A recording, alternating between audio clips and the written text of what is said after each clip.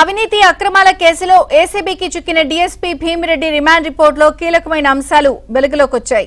భీమిరెడ్డి నుంచి 2 మెమరీ కార్డులను ఏసీబీ అధికారులు స్వాధీనం చేసుకున్నారు. అతని ఆస్తుల విలువ 300 కోట్ల పైన ఉంటుంది అని అంచనా వేశారు. ప్రస్తుతం ఉంటున్న విల్లాపై మాత్రం భీమిరెడ్డి స్పష్టత ఇవ్వలేదు. అయితే మెమరీ కార్డులు, డైరీలో కీలక విషయాలు వెలుగులోకి వచ్చాయి. వీటి ఆధారంగా పలు ఆస్తుల డాక్యుమెంట్లను స్వాధీనం చేసుకున్నారు. అయితే నాకు ఇవ్వాల్సిన వాళ్ళు నేను ఇవ్వాల్సినవి అంటూ భీమిరెడ్డి డైరీలో రాసుకున్నారు. అయితే బినామీలు ఇప్పుడైనా తిరగబడే ప్రమాదం ఉందని భీమిరెడ్డి ముందే ఊహించినట్టు తెలుస్తోంది.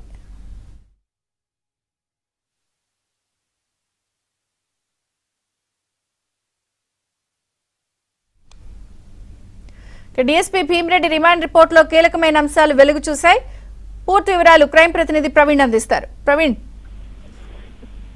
డీఎస్పీ భీమిరెడ్డిని ఎట్టకేలకు అరెస్ట్ చేసి జ్యుడిషియల్ రిమాండ్ కి తరలించారు. అయితే రిమాండ్ రిపోర్ట్ లో కొన్ని కీలకమైనటువంటి అంశాలను ఏసీబీ పేర్కొందని చెప్పాలి. ఎందుకంటే సోదాల సమయంలో 2 మెమరీ కార్డులతో పాటు ఒక డైరీని కూడా స్వాధీనం చేసుకున్నారు. ఆ డైరీలో ఉన్నటువంటి అంశాలను ఆధారంగా చేసుకొని భీమిరెడ్డి రాసుకున్నటువంటి ఆస్తుల వివరాలను ఆధారంగా చేసుకొని ఆస్తులకు సంబంధించినటువంటి పత్రాలను కూడా సీజ్ చేసినటువంటి పరిస్థితి కనపడుతుంది. మరోవైపు భీమిరెడ్డి ఎవరెవరికైతే డబ్బులు ఇవ్వాలో ఆ అంశాలను, అంటే మనకు రావాల్సినటువంటి అమౌంట్, మనం చెల్లించాల్సినటువంటి అమౌంట్ అంటూ ఈ 2 అంశాలను కూడా భీమిరెడ్డి తన అంటే డైరీలో కూడా రాసుకున్నటువంటి పరిస్థితి కనపడుతుంది. ఇప్పటి వరకు బినామీలు కావచ్చు, భీమిరెడ్డి కుటుంబ సభ్యుల ఆస్తుల వివరాలన్నీ కూడా ఏసీబీ అధికారులు సీజ్ చేసిన తర్వాత దాదాపు 300 కోట్ల పైగానే ఉంటుందనేది, మార్కెట్ వాల్యూలో 300 కోట్ల వరకు ఉంటుందనేటువంటి అంచనా కూడా రావడం జరిగింది.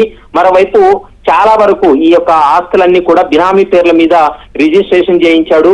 బినామీ పేర్ల మీద రిజిస్ట్రేషన్ చేయించిన తర్వాత వారి నుండి కూడా, అంటే బినామీలు ఎవరైతే ఉన్నారో వారి దగ్గర నుండి కూడా కొన్ని పత్రాలను తీసుకున్నారు. క్యాన్సిలేషన్ డీడ్లను కూడా ముందుగానే పకడ్బందీగా తీసుకున్నాడు అనేటువంటి అంశాన్ని కూడా ప్రస్తుతం ఏసీబీ అధికారులు ఒక ప్రాథమిక నిర్ధారణకు కూడా రావడం జరిగింది. మరోవైపు ఇప్పటికే ఈ కేసులో బినామీలు కూడా నోటీసులు జారీ చేసి విచారణ జరుపుతున్నటువంటి పరిస్థితి కనపడుతుంది.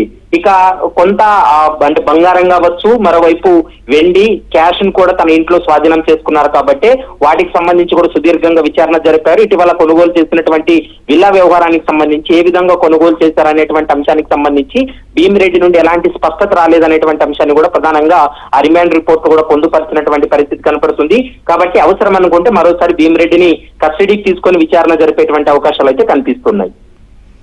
Okay Praveen, thank you.